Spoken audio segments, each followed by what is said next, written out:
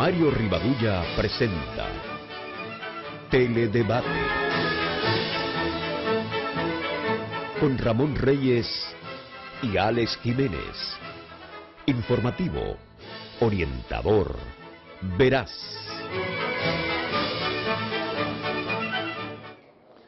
Muy buenas noches, sean todos bienvenidos a esta nueva entrega de Teledebate en Noticias 16.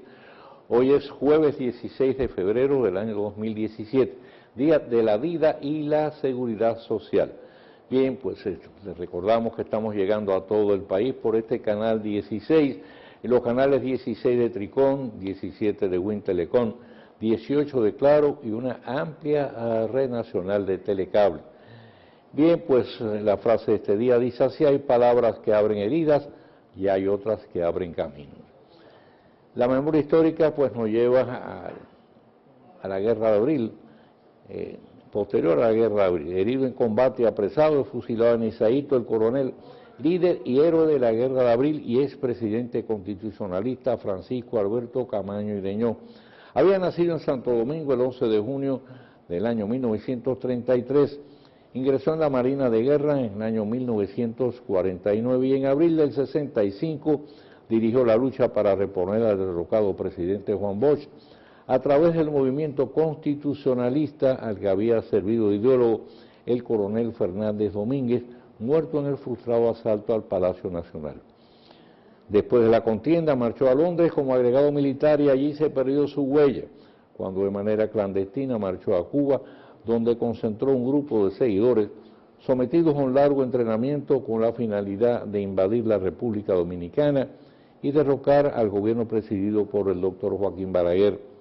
El 3 de febrero de 1973 desembarcó por Playa Caracoles al frente de un pequeño contingente de apenas 8 hombres. Al no encontrar el apoyo requerido, los invasores fueron sometidos a un fuerte acoso militar que culminó con su muerte el 16 de febrero, 13 días después de iniciar el fracasado intento. Su memoria es venerada por el pueblo dominicano, que lo ha elevado a la categoría de héroe de la patria. Sus restos no han sido hallados hasta ahora, corriendo la versión de que fueron incinerados. Un sepulcro vacío establece su presencia simbólica en el Panteón Nacional, donde reposan los restos de los padres de la patria. Tirando a fondo en huelga, aunque en principio se llegó a un acuerdo con la dirigencia de la Federación de Profesores de la UAS, en el curso de las negociaciones, donde intervino como mediadora la licenciada Alejandrina Germán, ministra de Educación Superior, Ciencia y Tecnología.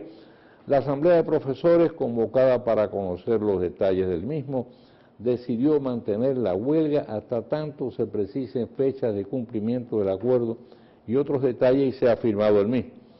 Por consiguiente, las aulas siguen vacías y los alumnos sin recibir docencia. Un hecho llamativo es que la UAS cuenta con una nómina de 3.830 profesores, pero en el evento asambleario solamente estaban presentes 436, es decir, apenas un escuálido 11%. ¿Cómo es que para un asunto de tanta trascendencia estuvieron presentes apenas 9 de cada 10? ¿Es que no fueron convocados? ¿O es que de esa forma mostraron su desacuerdo con la suspensión de las clases, donde más de 200.000 jóvenes que aspiran a insertarse en el mercado laboral, disponiendo de una profesión, fueron tomados de rehenes para lograr un aumento salarial como si se tratase de un rescate? Y según el informe policial, José Rodríguez Joselito, sindicado como autor material de la muerte del periodista Leonidas Ramírez y el locutor Luis Manuel Medina, puso fin a su propia vida al verse rodeado por los agentes de la uniformada. Desde el comienzo de las pesquisas había señalado a Rodríguez como el principal sospechoso. Aunque se reportó que no constaba ninguna ficha delictiva en los archivos de la institución, se supo que Rodríguez había sido deportado de los Estados Unidos. El expediente de investigación, sin embargo, no debe ser cerrado. Todo apunta a que Rodríguez habría cometido ambos crímenes por encargo, por lo que es preciso ir al fondo del caso a fin de establecer de dónde partió la orden y cuáles serían sus motivaciones.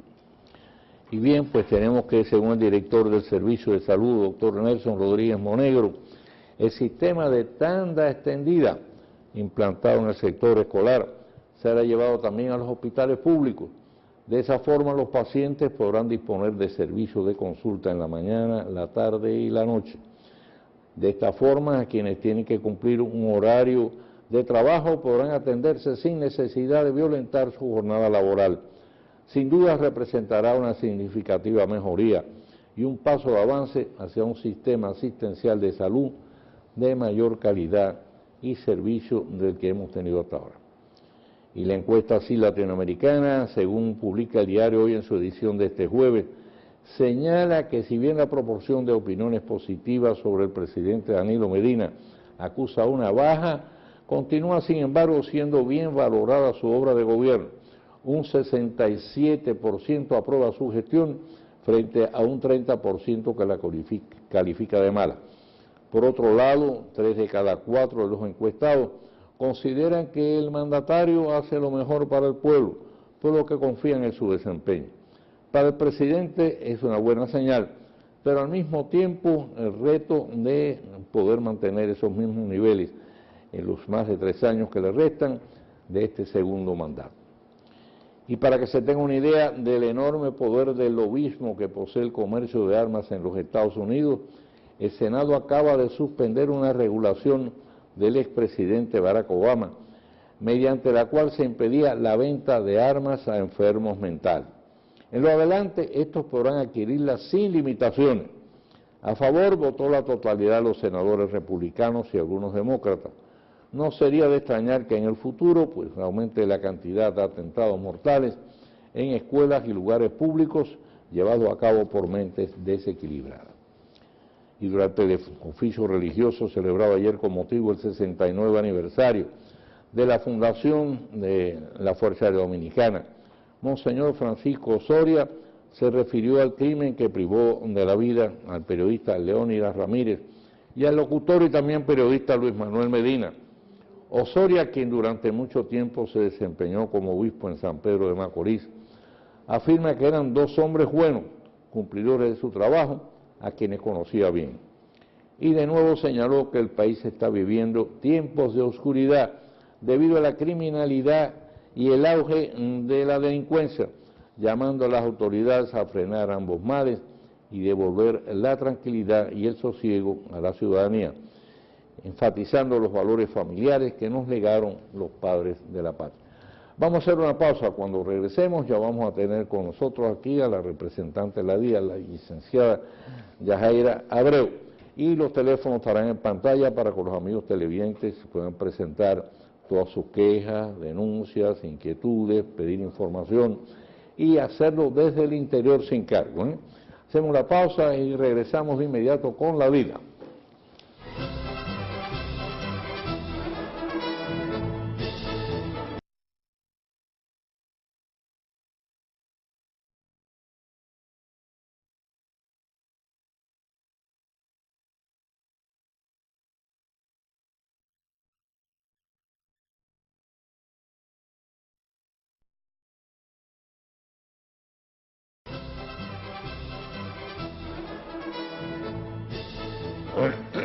Bien, pues ya comenzamos con la vida. Este es el segmento de la vida de todos los jueves, así que ahí tienen los amigos televidentes los teléfonos. Está el teléfono del interior que pueden llamar sin cargo para presentar pues cualquier inquietud. Con nosotros ya está Yajaira Abreu. Ya ella estaba aquí otras veces, así conoce bien la mecánica del programa, ¿eh? Así es. Encantado, Yajaira, de tenerte por acá, que hay de nuevo por allá por la vida. Bueno, por la vida todo bien, gracias a Dios. Obviamente siempre acercándonos más al afiliado, siempre estando presto a servirle y como de costumbre recibiendo siempre a los afiliados con sus quejas, con las reclamaciones, orientándolos con todo lo relacionado a lo que es el sistema dominicano de la seguridad social. ¿Cómo está funcionando el sistema que ustedes han instalado en algunos centros, donde está un teléfono, hay un teléfono que si el afiliado encuentra cualquier dificultad, lo único que tiene que hacer es colgar el teléfono y de inmediato a través de la vía telefónica le resuelven?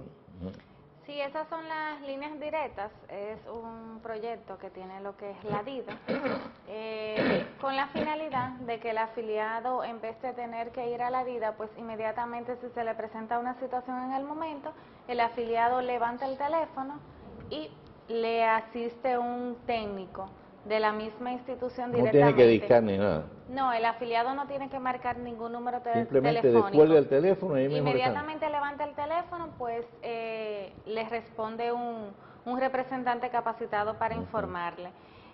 Solamente estamos en 6 centros ahora mismo, aquí en el distrito, todavía no estamos en lo que es a nivel nacional, pero sí próximamente, de hecho, vamos a estar en lo que es San Pedro de Macorís, y vamos a estar también en Santiago de los Caballeros. ¿Con ese mismo sistema? Con el mismo sistema de línea directa, que es el teléfono con salto automático. Ahora mismo, ¿en cuántos centros está instalado aquí en la Cámara? Estamos en 6 centros ahora 6 mismo. centros. Estamos en la Clínica Independencia Norte, estamos en el Hospital Marcelino Vélez, también estamos en el Centro Médico Moderno, en el Centro Médico Cubano y en el Centro Médico Vista del Jardín. Ahora mismo solamente estamos en esos 6 centros prestando lo que es el servicio vía telefónica, pero también tenemos lo que es el representante ya de manera física en algunos centros de salud, y ya esos sí están a nivel nacional. O sea, aparte de que tenemos las líneas directas en los centros de salud, también en los centros de salud donde no tenemos esa línea directa, pues tenemos un representante de la DIDA. Eso sí, ese era directamente, exacto, para asistir al afiliado. O sea que hay 6 centros ahora mismo que tiene la línea directa. La línea directa. Que esa se va a llevar ahora a San Pedro de Macorís y se va a llevar a Santiago de los Caballeros. Vamos a colocar 2 en San Pedro de Macorís, en 2 centros de San Pedro de Macorís, y 2 en Santiago de los Caballeros. Eso es próximamente. Ahora, en aquellos centros donde no hay ese servicio directo telefónico, hay representantes de la DIDA. Algunos, obviamente, no en todos, sino en algunos centros tenemos un representante de la DIDA. Generalmente ustedes los sitúan en los centros donde hay mayor afluencia de público. Generalmente en los principales centros de salud a nivel nacional y donde hay más flujo de pacientes, y también en los centros donde se pueden concebir lo que es mayor también número de reclamaciones. O sea, uno hace un estudio antes de uno estar en X centro. Mira, un tema que es importante, y este se puso sobre el tapete, por así decirlo, se convirtió en tema polémico con el caso de Claudio Camaño. Es cuando llevas un paciente, por ejemplo, a un centro de salud. En el centro de salud no hay camas suficientes en cuidado intensivo. Entonces, el centro de salud lamentablemente no puede atender el caso, como es natural, pero sí tiene la obligación de estabilizarlo. Exacto. O sea, tiene que atenderlo y decir, mira, yo no te puedo internar, pero te voy a estabilizar y te remito entonces a otro centro que tenga capacidad, en este caso, para poderte internar. Sí, realmente cuando un paciente llega a un centro de salud y llega en una condición de salud muy delicada, donde esta persona ni siquiera en el momento puede ser trasladada, el centro tiene que brindarle la primera asistencia.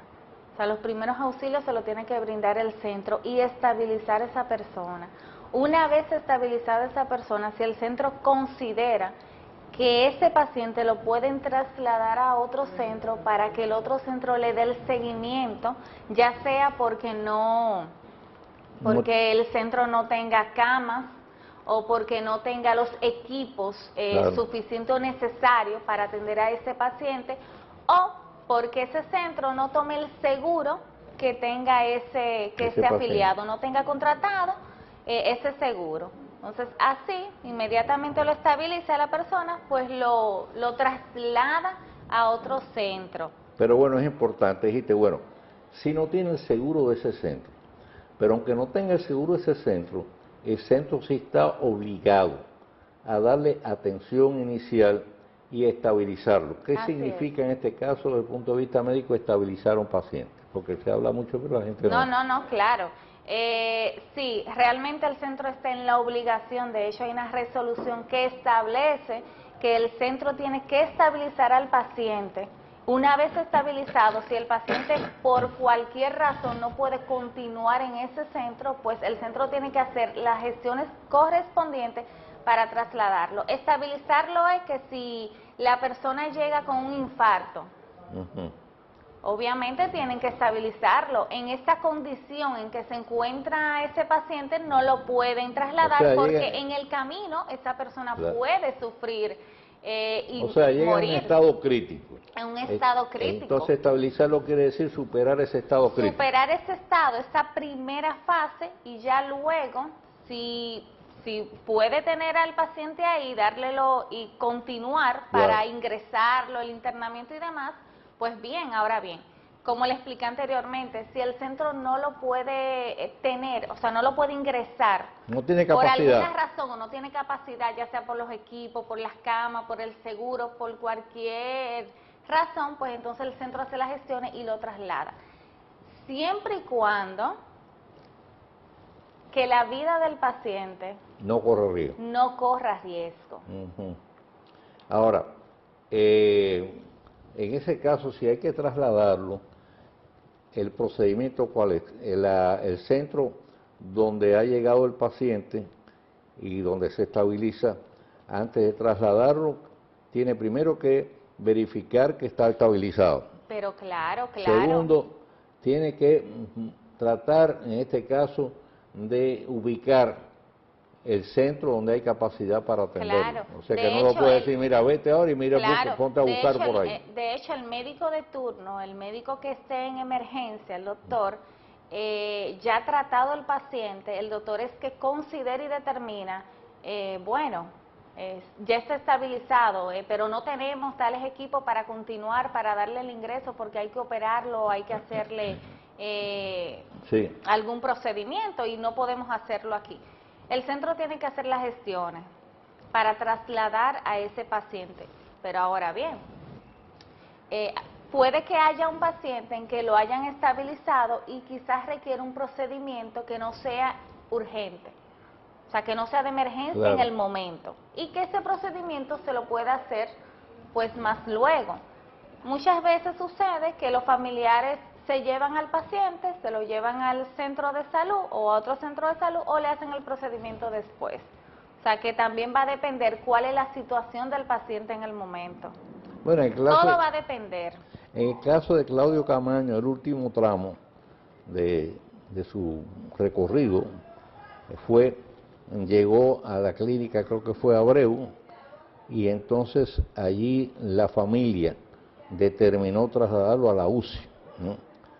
Entonces ya eso libera de responsabilidad a la clínica, como es natural, porque fue una decisión de la familia. De hecho, cuando sucede este tipo de situación donde la familia decide llevarse el paciente, la clínica le entrega un documento a los familiares donde ellos se hacen responsables de que ese paciente ellos se lo van a llevar, y de hecho descarga a la clínica de la responsabilidad, porque fueron los familiares que quisieron llevárselo. Ahí ya la clínica no tiene responsabilidad. Correcto. Responsabilidad tiene la clínica o el hospital, de que tienen que darle las primeras atenciones, o si no lo atiende en el momento y lo deja morir, ya sea porque no tenga el seguro o simplemente no tenga dinero para pagar la emergencia. Bueno, en el caso de Claudio Camaño, no recuerdo si fue en la Plaza de la Salud, en un recorrido que hubo en algún lugar, no se recuerdo si fue exactamente en la Plaza de la Salud, dice que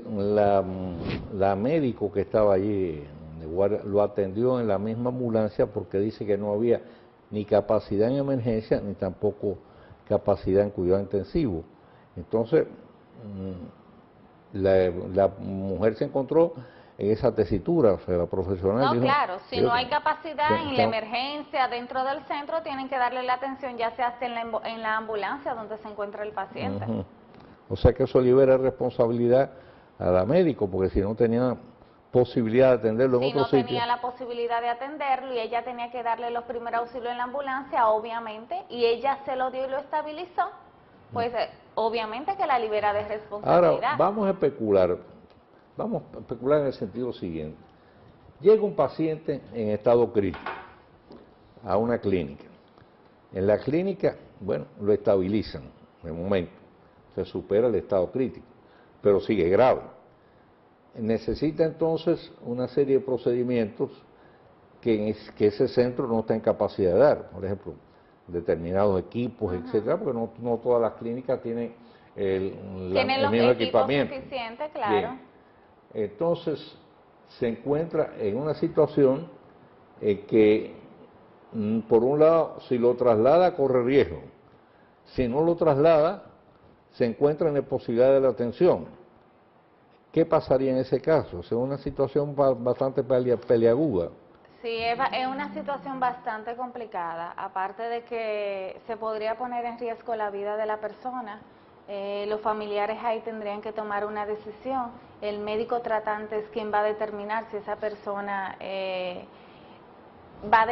médico tratante va a determinar si hay un alto riesgo en trasladar a esa persona o no. O sea, que va a depender del médico, va a depender de los familiares, del estado tan crítico en que se encuentra esa persona en el momento.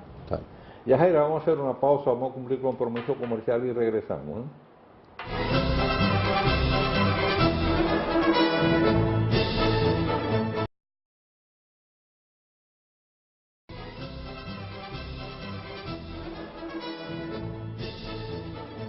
Bueno, Yajaira, nos quedan apenas 5 minutos de esta conversación tan interesante. Estábamos hablando, precisamente en el segmento anterior, especulando sobre una posibilidad, la posibilidad que se presente una situación de emergencia, llega un paciente crítico a un centro de atención, ahí lo estabilizan, pero entonces resulta que el paciente requiere de otra serie de procedimientos, que esa clínica, ese centro no está en disposición y capacidad porque no tiene los equipos. Al mismo tiempo, trasladar al paciente supone un riesgo. Y si el paciente se queda, también está en riesgo porque no se le puede hacer el procedimiento. O sea, es una situación bastante compleja. Sí, claro, es una situación bastante compleja, complicada, porque va a depender de diferentes factores, de la opinión que emita el doctor tratante que lo esté atendiendo en ese momento. Sí, pero tú me dijiste fuera de los cámara. Familiares. Tú me dijiste fuera de cámara una cosa que también complica más la situación. Es que la mayoría de los casos de emergencia son atendidos por pasantes, ¿no?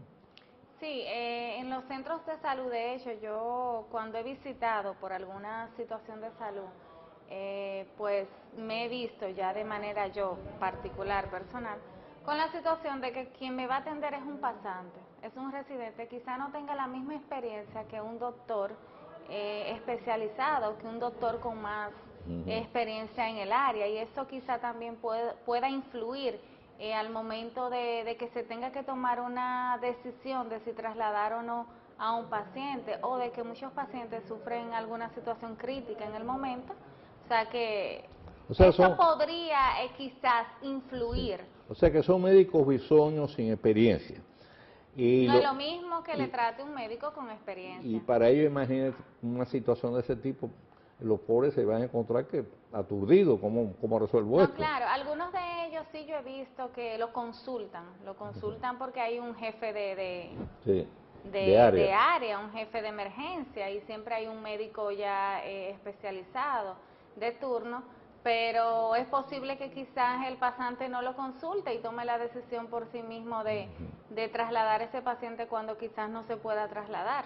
La otra situación es esta: si ese médico bisoño le dan previamente un protocolo donde le dicen cómo manejar ese tipo de situaciones, pero yo creo que eso tampoco se hace. Sí, yo entiendo que sí, que todo pasante que esté en emergencia, recibiendo a un paciente y demás, asistiéndolo, sí, los centros de salud tienen su protocolo, obviamente, y si si le llega un paciente donde ellos no pueden asistirlo, lo más obvio es que tienen que comunicarse con el doctor o el jefe de esa área para explicarle la situación de ese paciente y determinar qué se va a hacer.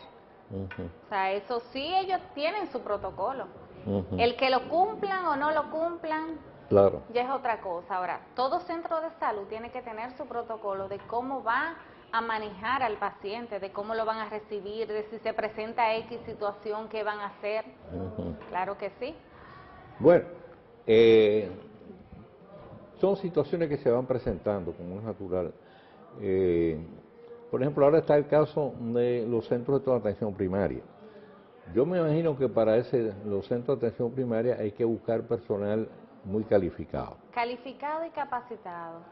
Porque el médico que está en atención primaria, que es el primer que recibe el paciente en este caso, tiene que tener un conocimiento muy amplio de la medicina para saber más o menos, poder detectar qué es lo que tiene el paciente y determinar además si el paciente se puede ser atendido en ese nivel o tiene que ser referido Claro. a un nivel superior. Claro, de hecho la atención primaria es precisamente para eso, para que el médico que esté ahí pues asista a la persona en lo que es la primera fase, y si ya la persona requiere una segunda fase, un seguimiento, pues entonces lo refiere a un especialista. De eso es que se trata la atención primaria.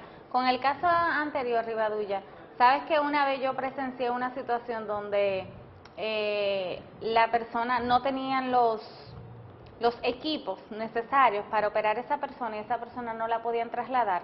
Y lo que pude notar fue con un familiar. Lo que pude notar es que ellos se comunicaron con el centro que sí tenía los equipos y esos equipos lo trasladaron al centro. O sea, el paciente no puso traje, entonces le trasladaron sino que los equipos claro. hubo al parecer una comunicación entre ambos centros. Obviamente estaba en juego la vida de esa persona y trasladaron los equipos que sí se podían trasladar al otro centro y pudieron salvar a la persona. Yajaira, muchísimas gracias por estar con nosotros. Siempre a la orden. Los amigos televidentes que todos los jueves son jueves de la vida. Ya la próxima semana pues estaremos recibiendo la vida en los nuevos estudios. Ah, pero bien. Unos estudios que están chulísimos. Lo vamos a disfrutar de igual forma. Todavía ya nosotros este fin de semana vamos a transmitir aquí, pero ya el lunes estamos de estreno, como si fuera estrenando un traje nuevo. Y lo vamos a estrenar nosotros también. Muy bien. Ustedes también. Muchas gracias, Yajaira. Hacemos Siempre. una pausa y volvemos con el tiro rápido de este día.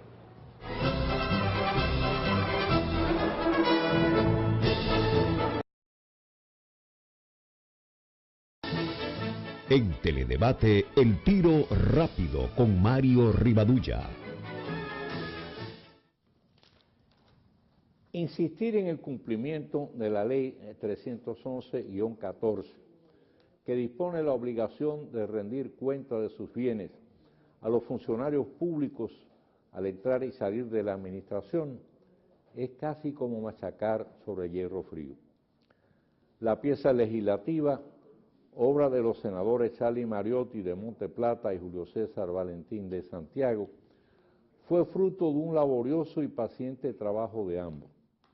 Aprobada una y otra vez en el Senado en cada legislatura, perimió más de media docena de veces en la Cámara de Diputados, donde al parecer, por motivos que dan lugar a todo género de suspicacias, no hallaba acogida.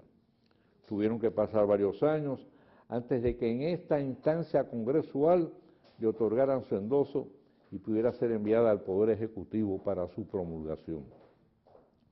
Cuando se puso en vigencia la ley, fuimos de los primeros en saludarla como un paso importante, aunque no único, para contribuir a la prevención de la corrupción y un ejercicio más transparente de las funciones públicas. Ya desde mucho antes habíamos estado reclamando su aprobación durante el largo calvario de indiferencia por el que atravesó una y otra vez en la Cámara Baja. Motivó también optimismo el hecho de que tanto el presidente Danilo Medina como la vicepresidenta Margarita Cedeño y todos los miembros del gabinete dieran el ejemplo de hacer la correspondiente declaración de sus respectivas fortunas, las cuales fueron aireadas públicamente a través de la prensa. Ha sido un esfuerzo inútil, de nada ha servido, tampoco las reiteradas advertencias públicas de la Cámara de Cuentas reclamando el cumplimiento de la ley, ni la extensión del plazo establecido en la misma para facilitar su cumplimiento. ni siquiera la advertencia del ministro de la Presidencia, Gustavo Montalvo, de que comenzaría a aplicarse a los omisos las sanciones fijadas en la ley, comenzando por la retención de sueldo. A estas alturas, solo una escasa minoría ha honrado la ley, mientras se fija en 4.127 la cantidad de funcionarios impuestos a su cumplimiento que han hecho caso omiso de la misma. Es una forma amable de calificar, más ajustado a la realidad. Valdría decir que hacen burla de la ley, sin el menor temor a sufrir las sanciones que se establecen para los incumplidores o para quienes falsean los datos reales del patrimonio, en la seguridad de que eso no va a ocurrir nunca en este país, donde la impunidad, más que excepción, resulta la norma para quienes viven arropados por el poder político o económico. Hoy el Listín Diario editorializa sobre el tema. No es la primera vez que lo hace, y también por nueva vez sugiere que la bendita y burlada ley sea tirada al zafacón de la basura. Es realmente lo que merece, sin que ello constituya en modo alguno restar mérito al tenaz esfuerzo que desplegaron los senadores Mariotti y Valentín para lograr su aprobación. Lamentablemente, ese esfuerzo ha tropezado con un escollo al parecer insalvable. Es la falta de voluntad política para aplicarla. Y siendo así, está condenada a ser objeto de permanente y descarada burla, por lo que el zafacón de basura realmente parece ser su mejor y su único destino. Mañana volveremos, Dios mediante, estar con ustedes en una nueva entrega de Teledebate en Noticias 16. Y ahora pues esperen que por ahí viene caminando la última entrega del informativo de Noticias 16, que los mantendrá al corriente de todas las informaciones interesantes que tienen lugar en el país y en el resto del mundo. Tengan todos un feliz resto de la noche. Mario Rivadulla presentó Teledebate con Ramón Reyes y Alex Jiménez. Informativo, orientador, veraz.